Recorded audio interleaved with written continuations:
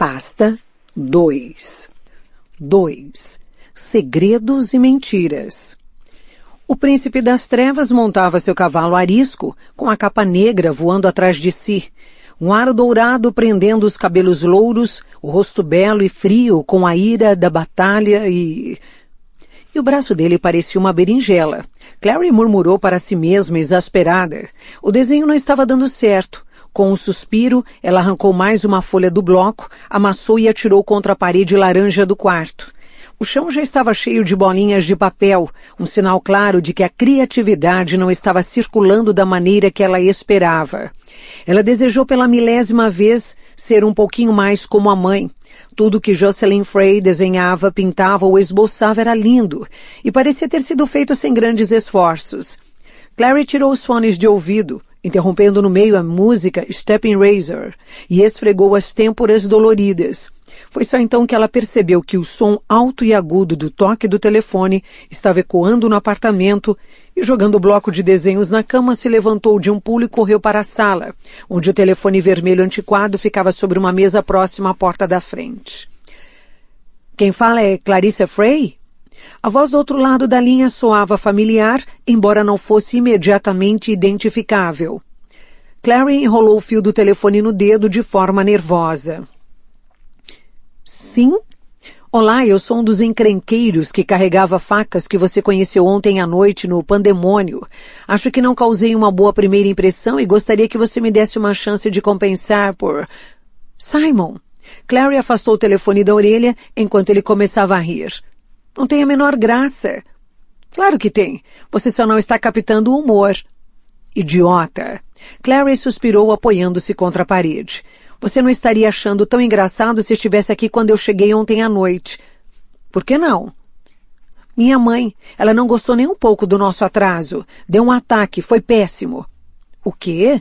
Não foi nossa culpa termos enfrentado o trânsito, protestou Simon. Ele era o caçula de 3 irmãos e tinha um senso consideravelmente aguçado de injustiça familiar. Bem, ela não encara dessa forma. Eu a decepcionei, pisei na bola, fiz com que ela se preocupasse, blá, blá, blá. Eu sou a perdição da existência dela, disse Clary, imitando as palavras exatas da mãe com uma pontinha de culpa. Então, você está de castigo? Perguntou Simon. Um pouco alto demais. Clary podia ouvir um emaranhado de vozes atrás dele, pessoas falando de forma atropelada. Ainda não sei, disse ela. Minha mãe saiu hoje de manhã com Luke e eles ainda não voltaram. Mas onde você está? Na casa do Eric? Sim, acabamos de terminar o ensaio. Um prato bateu atrás de Simon. Clary franziu o rosto. Eric vai fazer uma leitura de poesia no Java Jones hoje à noite, continuou Simon, falando de um café na esquina da casa de Clary, onde às vezes havia música ao vivo. A banda toda vai assistir. Quer ir? Claro, vamos sim. Clary pausou, puxando o fio do telefone ansiosamente. Espere. Não. Silêncio. Gente, por favor, gritou Simon, e a fraqueza em sua voz fez com que Clary suspeitasse de que ele estava segurando o telefone afastado da boca. Ele voltou um segundo depois, soando perturbado. Isso foi um sim ou não? Não sei. Clary mordeu o lábio. Minha mãe ainda está chateada comigo por causa de ontem. Não sei se quero irritá-la pedindo favores. Se eu for arrumar problemas, não quero que seja por causa da porcaria da poesia do Eric. Ah, vamos, não é tão ruim assim, disse Simon. Eric era vizinho de porta dele, e eles se conheciam há muito tempo. Não eram tão próximos quanto Simon e Clary, mas haviam montado uma banda de rock no 2º ano, junto com Matt e Kirk, amigos de Eric. Eles ensaiavam na garagem dos pais de Eric toda semana religiosamente. Além disso, não é um favor, acrescentou Simon. É uma noite de poesia na esquina da sua casa. Até parece que estou te convidando para uma orgia em Hoboken. Sua mãe pode ir junto se quiser. Orgia em Hoboken. Clary ouviu alguém, provavelmente Eric, gritando. Outro prato bateu. Ela imaginou sua mãe ouvindo a poesia de Eric e deu de ombros. Não sei, se todos vocês aparecerem aqui, ela vai ter um ataque. Então vou sozinho. Posso te buscar e nós vamos juntos até lá e encontraremos os outros. Sua mãe não vai se importar. Ela me ama. Clary teve que rir. Sinal de que ela tem um gosto questionável, se quer saber minha opinião. Ninguém quer saber. Simon desligou entre gritos dos companheiros da banda. Clary desligou o telefone e olhou em volta da sala. Havia evidências das inclinações artísticas de sua mãe por todos os lados, desde as pilhas de almofadas de veludo feitas à mão no sofá vermelho escuro, até as paredes preenchidas pelos quadros de Jocelyn, cuidadosamente emoldurados. A maioria eram paisagens, as ruas curvilíneas de Manhattan acesas com luzes douradas, imagens do Prospect Park no inverno, os lagos cinzas cercados por filmes de gelo branco que pareciam laços. Na lareira havia uma foto emoldurada do pai de Clary, um homem louro com olhar pensativo vestido em trajes militares, no canto dos olhos, rugas características de risadas. Ele tinha sido um soldado condecorado que servira no exterior. Jocelyn tinha algumas de suas medalhas guardadas em uma pequena caixa ao lado da cama. Não que as medalhas tivessem servido para alguma coisa quando Jonathan Clark bateu o carro em uma árvore perto de Albany e morreu antes que sua filha nascesse. Jocelyn voltara a usar o nome de solteira depois da morte do marido. Ela nunca falava sobre ele, mas guardava a caixa com suas iniciais, JC, ao lado da cama. Junto com as medalhas, havia uma ou duas fotos, uma aliança de casamento e um cacho de cabelo louro. Às vezes, Jocelyn pegava a caixa, abria e segurava o cacho louro delicadamente antes de guardá-lo e de voltar a fechar a caixa. O ruído da chave girando na porta da frente despertou Clary de seu devaneio. Apressadamente, ela se jogou no sofá e tentou aparentar estar compenetrada em um dos livros que a mãe deixava na ponta da mesa. Jocelyn concebia a leitura como um passatempo sagrado e normalmente não interromperia Clary no meio de um livro, nem para gritar com ela. A porta abriu com uma batida. Era Luke, com os braços cheios do que pareciam pedaços quadrados de papelão. Quando os repousou, Clary percebeu que eram caixas de papelão dobradas. Ele se ajeitou e virou para ela com um sorriso. Oi, Ti.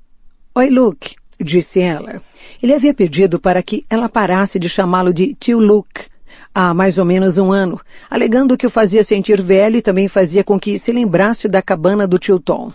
Além disso, ele a lembrou gentilmente que não era realmente tio dela, apenas um amigo próximo de sua mãe que a conhecia desde que ela nasceu. Cadê a mamãe? Estacionando a caminhonete, ele disse, ajeitando-se com um resmungo. Ele estava vestindo seu uniforme tradicional, jeans, surrados, camisa de flanela e um velho par de óculos de grau com armação dourada apoiada no alto do nariz. Refresque a minha memória quanto ao motivo pelo qual este prédio não tem elevador de serviço. Porque é velho e tem personalidade. Clary disse imediatamente. Luke sorriu. Para que são as caixas? Ela perguntou. O sorriso dele desapareceu instantaneamente. Sua mãe queria empacotar algumas coisas, disse ele, evitando o olhar de Clary. Que coisas? Ela perguntou. E ele acenou vagamente. Coisas extras que estão soltas pela casa, atrapalhando. Você sabe que ela nunca joga nada fora. E então, o que você está fazendo? Estudando? Ele tirou o livro da mão dela e começou a ler em voz alta. O mundo ainda está cheio daqueles seres heterogêneos descartados por uma filosofia mais sóbria.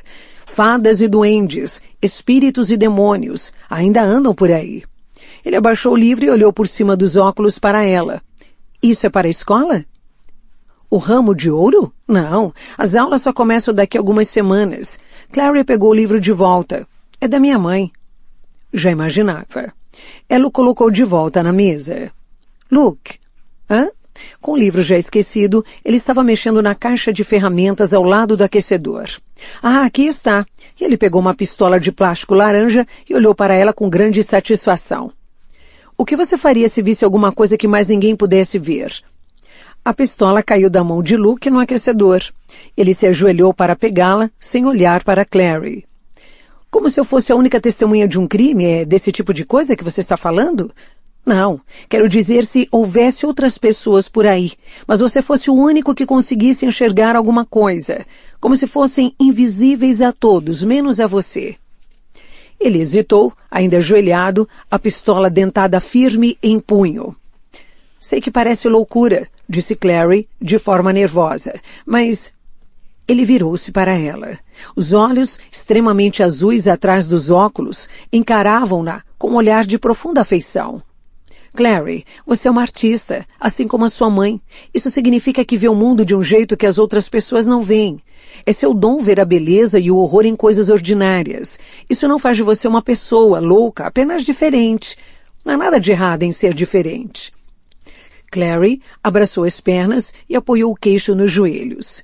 Em sua mente, ela viu o armazém, o chicote dourado de Isabelle, o menino de cabelo azul sofrendo convulsões e espasmos enquanto morria, e os olhos amarelados de Jace, beleza e horror.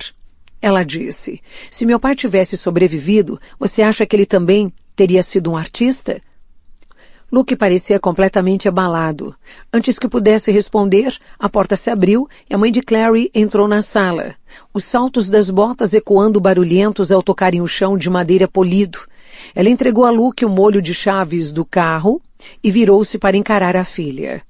Jocelyn Frey era uma mulher magra e miúda, de cabelos um pouco mais escuros que os de Clary, que tinha o dobro do comprimento.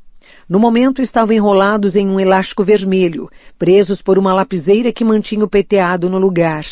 Ela vestia um macacão coberto de tinta por cima de uma blusa lavanda e botas esportivas de cor marrom, cujas solas estavam cobertas de tinta a óleo. As pessoas sempre diziam a Clary que ela se parecia com a mãe, mas ela não via semelhança alguma. Só o que tinham em comum era o tipo físico. Ambas eram magras, tinham peitos pequenos e quadris estreitos. Ela sabia que não era linda como a mãe, e para ser bonita era preciso ser alta e esguia. Quando se era baixinha como Clary, com pouco mais de 1,5 metros, a pessoa era no máximo bonitinha. Não bonita ou linda, apenas bonitinha. Acrescente cabelos ruivos e um rosto cheio de sardas, e ela não passava de uma boneca de pano em comparação a Barbie, que era sua mãe. Jocelyn também tinha um andar gracioso que fazia com que as pessoas virassem a cabeça para vê-la passar. Clary, ao contrário, vivia tropeçando. As pessoas só paravam para olhar quando ela passava depressa por elas, enquanto caía da escada. Obrigada por ter trazido as caixas aqui para cima. A mãe de Clary disse a Luke, sorrindo. No entanto, ele não retribuiu o sorriso. O estômago de Clary embrulhou de forma desagradável. Claramente alguma coisa estava acontecendo. Desculpe por ter demorado tanto para encontrar uma vaga. Deve ter 1 milhão de pessoas no estacionamento hoje. Mãe?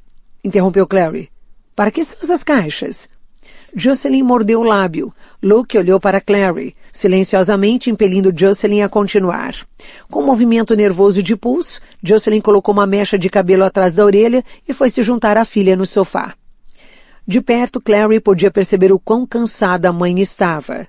Tinha olheiras enormes sob os olhos e as pálpebras estavam pesadas de sono.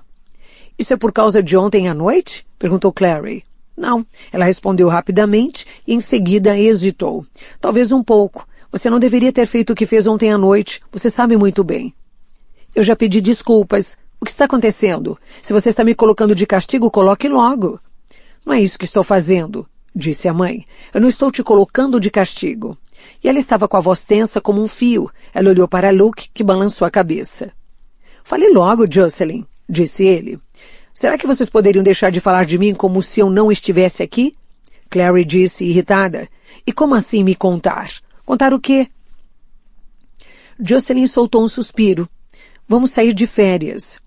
A expressão de Luke ficou vazia, como uma tela em branco, sem qualquer pingo de tinta. Clary sacudiu a cabeça. Então é isso? Vocês vão sair de férias? Ela se apoiou nas almofadas. Não estou entendendo. Por que tanto rebuliço? Acho que você não está entendendo. Quero dizer que vamos todos sair de férias. Nós 3. Você, Luke e eu. Vamos para o sítio. Ah! Clary olhou para Luke, mas ele estava com os braços cruzados sobre o tórax, olhando pela janela com o maxilar rígido. Ela ficou imaginando que poderia estar incomodando-o tanto. Ele adorava o velho sítio ao norte do estado de Nova York. Ele mesmo havia comprado e restaurado há 10 anos. Ia para lá sempre que podia. Por quanto tempo? Até o fim do verão, disse Jocelyn. Eu trouxe as caixas, caso você queira levar livros, materiais de pintura. Até o fim do verão? Clary sentou-se empertigada, com indignação. Eu não posso fazer isso, mãe. Tenho planos. Simon e eu íamos fazer uma festa de volta às aulas. Tenho várias reuniões com meu grupo de arte e mais 10 aulas na Tisch. Sinto muito pela Tisch. Mas as outras coisas podem ser canceladas. Simon vai entender e o grupo de arte também. Clary identificou o tom implacável na voz da mãe e percebeu que ela estava falando sério. Mas eu paguei por essas aulas de arte. Passei o ano inteiro economizando. Você prometeu. Ela girou, voltando-se para Luke. Fale para ela. Fale que isso não é justo. Luke não desgrudou o olhar da janela, embora o músculo da bochecha tenha saltado. Ela é sua mãe. A decisão é dela. Eu não entendo. Clary olhou para a mãe. Por quê? Preciso viajar, Clary, disse Jocelyn, com os cantos da boca tremendo. Preciso de paz e sossego para pintar, e estamos com pouco dinheiro agora. Então venda mais algumas ações do papai, esbravejou Clary. É o que você sempre faz, não é? Jocelyn encolheu-se. Você não está sendo justa. Olha só, pode ir se quiser, não me importo. Eu fico aqui sem você. Posso trabalhar, posso arrumar um emprego na Starbucks ou coisa parecida. Simon disse que eles sempre estão contratando. Já tem idade suficiente para cuidar de mim. Não. A dureza na voz de Jocelyn fez com que Clary desse um salto. Eu reembolso as aulas de arte, Clary, mas você vem conosco, não é opcional. Você é nova demais para ficar aqui sozinha. Alguma coisa poderia acontecer. Tipo o quê? O que poderia acontecer? Indagou Clary. E então um barulho. Ela virou surpresa para ver que Luke havia derrubado um dos porta-retratos apoiados na parede. Com a expressão claramente incomodada, ele ajeitou a foto. Ao se recompor, estava com uma expressão ligeiramente rígida. Estou indo. Jocelyn mordeu o lábio. Espere. Ela correu atrás dele na entrada, alcançando bem no instante em que lhe segurava a maçaneta. Virando-se no sofá, Clary podia ouvir o sussurro aflito da mãe. Bunny, Jocelyn dizia, tenho ligado para ele sem parar nas últimas 3 semanas. A secretária eletrônica diz que ele está na Tanzânia. O que eu posso fazer? Jocelyn, Luke balançou a cabeça. Você não pode ficar recorrendo a ele para sempre. Mas Clary... Não é Jonathan, sibilou Luke. Você nunca mais foi a mesma desde que aconteceu, mas Clary não é Jonathan. O que meu pai tem a ver com isso? Pensou Clary assustada. Não posso simplesmente segurá-la em casa, impedir que saia. Ela não vai aceitar. É claro que não vai aceitar. Luke parecia extremamente irritado. Ela não é um animal de estimação, é uma adolescente, quase adulta. Se estivéssemos fora da cidade... Fale com ela, Jocelyn. E a voz de Luke era firme. Estou falando sério. E ele colocou a mão na maçaneta novamente. A porta se abriu e Jocelyn gritou. Meu Deus! Exclamou Luke. Na verdade, sou só eu, disse Simon. Mas já me disseram que somos muito parecidos. Ele acenou para Clary da entrada da casa. Você está pronta? Jocelyn tirou a mão da boca. Simon, você está ouvindo atrás da porta? Simon piscou os olhos. Não, acabei de chegar. Ele olhou do rosto pálido de Jocelyn para o austero Luke. Está acontecendo alguma coisa? É melhor eu ir embora? Não se incomode, disse Luke. Acho que já acabamos. Ele passou por Simon e foi descendo pelas escadas em ritmo acelerado. Lá embaixo, a porta da frente bateu. Simon andou de um lado para o outro na entrada, com expressão de incerteza. Posso voltar mais tarde, disse ele. De verdade, não seria problema algum. Isso poderia... E Jocelyn começou a dizer, mas Clary já estava de pé. Esqueça, Simon, estamos saindo, disse ela, pegando a bolsa que estava pendurada em um cabide perto da porta. Colocou no ombro, encarando a mãe, e até mais tarde, mãe. Jocelyn mordeu o lábio. Clary, você não acha que devemos conversar sobre isso? Vamos ter muito tempo para conversar durante as férias, disse Clary, com um jeito venenoso, e teve a satisfação de ver a mãe titubear. Não me espere acordada, ela acrescentou, e agarrando o braço de Simon, o arrastou para fora da porta. Ele hesitou, olhando sobre o ombro de forma solidária para a mãe de Clary, que parecia pequena e desamparada na entrada, com as mãos entrelaçadas. Tchau, Sra. Frey, gritou ele. Tenha uma boa noite. Ah, Simon, cala a boca. Irritou-se Clary e bateu a porta, cortando a resposta da mãe. Ai, meu Deus. Garota, não arranque o meu braço. protestou Simon, enquanto Clary o arrastava pelas escadas atrás dela, seus sapatos verdes fazendo barulho ao bater no chão de madeira a cada passo enfurecido que dava. Ela olhou para cima como se esperasse ver sua mãe olhando para baixo, mas a porta do apartamento permaneceu fechada. Desculpe, sussurrou Clary, soltando o pulso de Simon. Ela parou ao pé da escada com a bolsa batendo no quadril. O prédio de Clary, como a maioria em Park Slope, tinha sido uma única casa, de uma família rica. Indícios do antigo proprietário ainda eram evidentes na escadaria curvilínea. O chão de mármore lascado na entrada, a vasta clarabóia acima. Agora a casa era dividida em apartamentos independentes e Clary e a mãe dividiam um prédio de 3 andares com a proprietária que morava no andar de baixo. Uma senhora que gerenciava uma loja mística no próprio apartamento. Ela quase não saía, embora as visitas dos clientes fossem raras. Uma placa dourada fixada na porta declarava que ela era Madame Dorothea, vidente e profetisa. O aroma doce carregado de incenso vazava da porta entreaberta e invadia o saguão. Clary podia ouvir um murmúrio baixo de vozes. Bom ver que ela está conduzindo um negócio em expansão, disse Simon. É difícil se firmar como profetisa hoje em dia. Você tem que ser sarcástico com tudo, disparou Clary. Simon piscou os olhos claramente espantado. Eu pensei que você gostasse quando sou irônico e sagaz.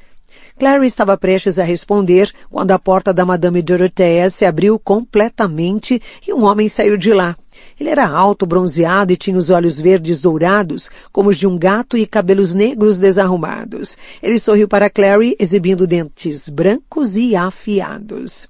Uma onda de tontura bateu-se sobre ela, uma forte sensação de que iria desmaiar. Simon olhou desconfortavelmente para ela. Você está bem? Está com cara de que vai desmaiar? E ela piscou para ele. O quê? Não, eu estou bem. Ele não pareceu disposto a encerrar o assunto. Você está com cara de quem viu um fantasma. Ela balançou a cabeça. A lembrança de ter visto alguém zombou dela, mas ao tentar se concentrar, esvaiu-se. Não é nada. Eu pensei que tivesse visto o gato de Dorothea, mas acho que foi uma sombra. Simon encarou-a. Eu não como nada desde ontem, acrescentou defensivamente. Acho que estou um pouco zonza. Ele colocou o braço reconfortante nos ombros da amiga. Vamos, vou comprar alguma coisa para você comer. Eu não consigo acreditar nisso, disse Clary pela 4ª vez, raspando um resto de guacamole do prato com a ponta de um nacho. Eles estavam em um restaurante mexicano da vizinhança, um muquifo chamado Nacho Mama. Como se me colocar de castigo semana sim, semana não fosse suficiente. Agora eu vou ficar exilada pelo resto do verão. Mas você sabe que a sua mãe fica assim às vezes, disse Simon. Como quando ela respira, por exemplo. E ele sorriu para ela por cima do burrito vegetariano. Isso, muito bom, pode agir como se fosse engraçado, disse ela. Não é você que está sendo arrastado para o meio do nada por Deus sabe quanto tempo? Clary. Simon interrompeu a declamação. Não é de mim que você está com raiva. Além disso, não é algo permanente. Como é que você sabe disso? Bem, porque eu conheço a sua mãe, disse Simon após uma pausa. Quero dizer, você e eu somos amigos há quanto tempo? Uns 10 anos. Eu sei que ela fica assim de vez em quando e ela vai pensar melhor.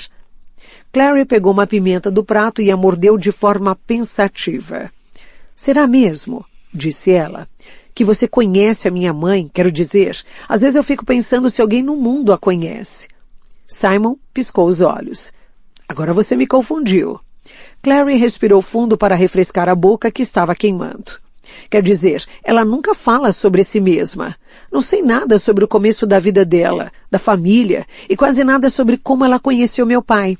Ela nem sequer tem fotos do casamento. É como se a vida dela tivesse começado quando eu nasci. E é isso que ela sempre diz quando pergunto a respeito.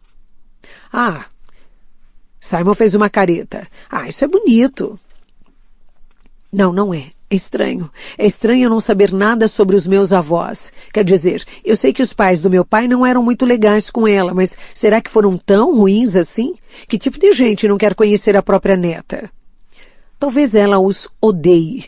Talvez fossem intrometidos ou coisa parecida, sugeriu Simon. E ela tem todas aquelas cicatrizes. Clary o encarou. Ela tem o quê? Ele engoliu um pedaço enorme de burrito. Aquelas cicatrizes fininhas por todo o braço, eu já vi a sua mãe de maiô, sabia? Eu nunca notei cicatriz alguma, disse Clary, afirmativa. Acho que você está imaginando coisas. Ele encarou e parecia estar a ponto de dizer alguma coisa quando o celular dela, enfiado na bolsa, começou a tocar insistentemente. Clary pegou, olhou para os números que estavam piscando na tela e franziu o rosto. É a minha mãe. Deu para perceber pela expressão no seu rosto. Você vai falar com ela? Agora não, disse Clary, sentindo aquela pontinha de culpa quando o telefone parou de tocar e a ligação caiu na caixa postal. Não quero brigar com ela. Você sabe que sempre pode ficar na minha casa, disse Simon, por quanto tempo quiser. Bem, vamos ver se ela se acalma primeiro. Clary apertou o botão do correio de voz no telefone. A voz da mãe parecia tensa, mas ela claramente estava tentando transmitir um tom de leveza. Querida, desculpe se despejei em você o plano das férias. Volte para casa e vamos conversar.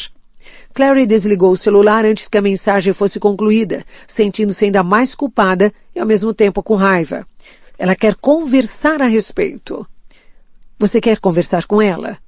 Ah, não sei. Clary esfregou os olhos com a parte de trás das mãos. Você ainda vai para a leitura de poemas? Prometi que ia. Clary se levantou, empurrando a cadeira para trás. Então eu vou com você. Eu ligo para ela quando acabar. A alça da bolsa escorregou pelo braço de Clary. Simon puxou-a de volta para o lugar quase inconscientemente, com os dedos repousando no ombro exposto da amiga. O ar lá fora estava denso, com tanta umidade, que congelava o cabelo de Clary e deixava a camiseta azul de Simon grudada nas costas dele. E então, como vai a banda? Perguntou ela.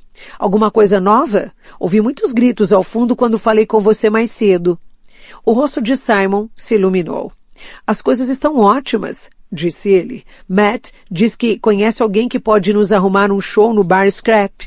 E também estamos discutindo nomes outra vez. Ah, é? Clary conteve um sorriso. Na verdade, a banda de Simon nunca havia produzido música alguma.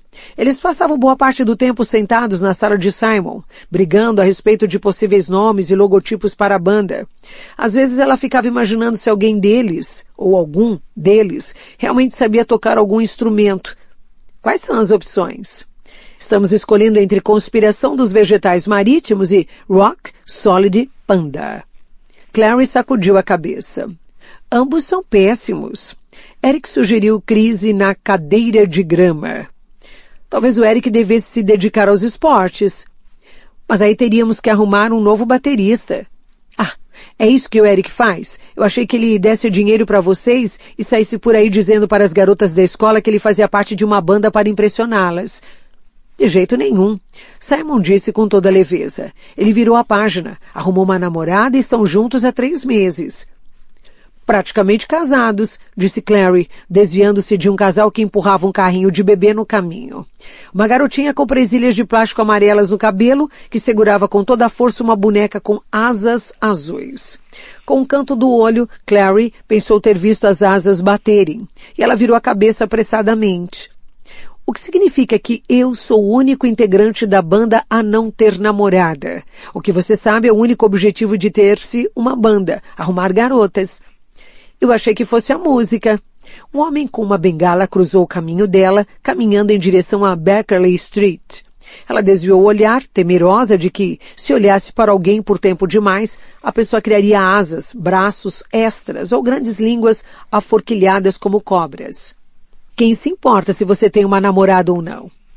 Eu me importo, disse Simon de um jeito sombrio. Logo, logo, as únicas pessoas do mundo a não terem namorada seremos o Endel, o zelador da escola e eu. E ele tem cheiro de limpador de vidro.